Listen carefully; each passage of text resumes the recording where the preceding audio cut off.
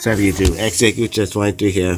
Back with another video. First and foremost, shout out to all the brothers in the Lions Den boxing community. And also, shout out to the brother Coach Shelton Harrison. When it comes to women's MMA, man, you guys subscribe to the brother's champion. The brother will school you, and he will eat you when it comes to that, man. I'm telling you, man. But subscribe to the brother's channel. Well, anyway, let's get to it. Rose Namajuans said, the UFC titles do not mean much if you're an asshole. From the outside look, it might seem like everything has changed for Rose Namajuans in 2007, but from her perspective, the long-term goal remained the same even after winning the champion goal in the world's largest MMA promotion. Namajuans defeated the previous Namajuan Jonah Jędrzejczyk by first-round TKO at UFC 217 last November to become the UFC strawweight champion, and she used much of her post-fight speech to preach a message of positivity in the moment, winning the title almost seemed secondary to Thug Rose. On Tuesday, Rose appeared on the MMA Hour where she was named the show Female Fighter of the Year, and she again to use her promo time to encourage others to be a better people.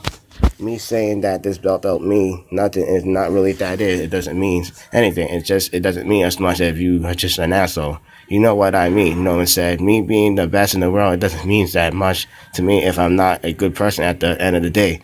If it's not setting a good example for other people to be better to each other's. But the point of being the best in the world, if you scratch and crawl your way to the top and you push everyone down instead of lifting everybody up, everybody else with you.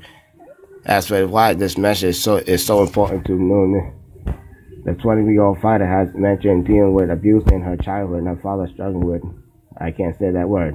Those issues come to the front and lead up to her fight with Jędrzejczyk after the champion questioned mental fortune. Now that the dust has settled between the two, at the least until a proper rematch is put together, it's Namajuans who wore the crown and the other than the boost and popularity and the status comes with being a U.S. champion. She insists that her situation is mostly the same. I think we've been sitting around trying to figure out what's different, and I think what's different, Namajuans says, there's not really much that's changed. We got so much opportunities that comes by it, but not really. That is not what I kind of ensure it would be all that kind. Namajuans has now won 5 of her last 6 fights, as the first was just that her property as top contender at 115.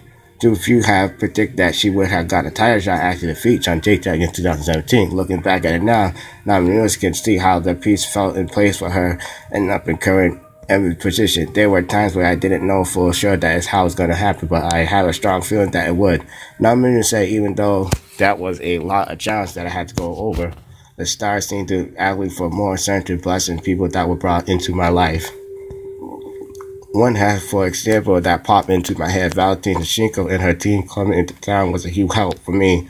And just getting to know that awesome little thing like that proved this what happened. I was supposed to be in just my destiny that's out. Basically, yeah, I have to agree with Rose Namajuans. You know, the message that she just put out is very powerful.